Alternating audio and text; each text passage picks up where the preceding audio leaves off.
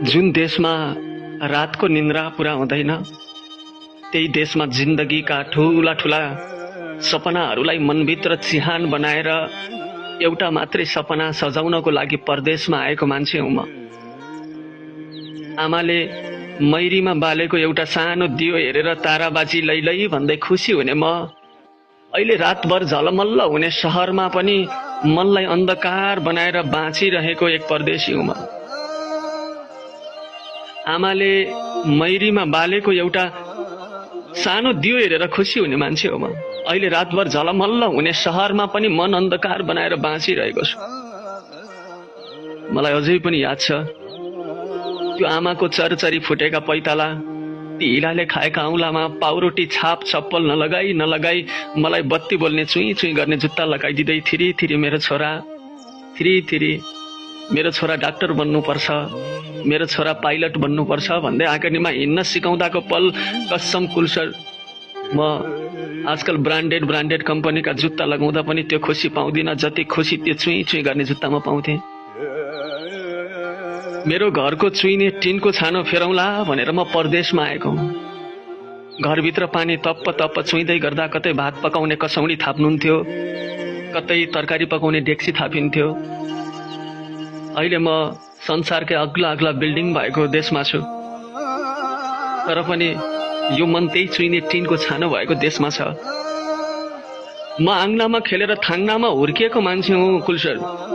आमाको चेतिएको रातो साडी टाल्दा टाल्ने ठाउँ नभएपछि म सुत्ने बिस्तारा बाक्लो हुन्थ्यो।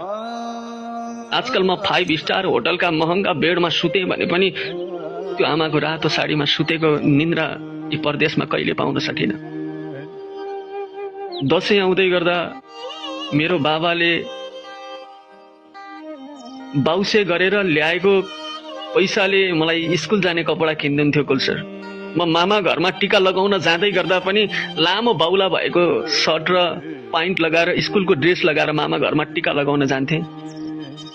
सबलाई देखाउने गर्थेँ, हेर्न मेरो नयाँ नाना भनेर। आजकल म ब्रान्डेड कम्पनीका अनलाइन सपिङ गरेर लगाउँछु, तर त्यो खुसी कहिल्यै पाउन सकिनँ जति खुसी ती स्कुलका ड्रेस लगाएर म मामा घरमा जाँदै गर्दा मेरो नयाँ नाना भनेर देखाउँथेँ।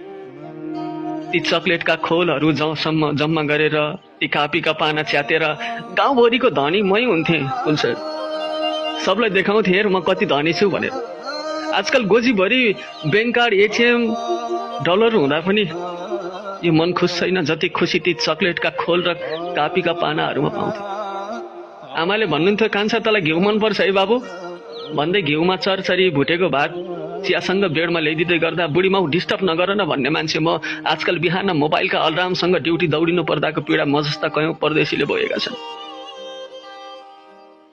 तिहार आउँथ्यो, दिदीले सप्तरङ्गी टिका लगाइदिँदै दिएका ती चिनी रोटी फिनी रोटी खाँदाखेरिको पल, त्यो खुसी, यी विदेशका अङ्ग्रेजी शब्द केक र ब्रेडहरूले कता नदिँदा यो मन भक्कानिएर आउँछ।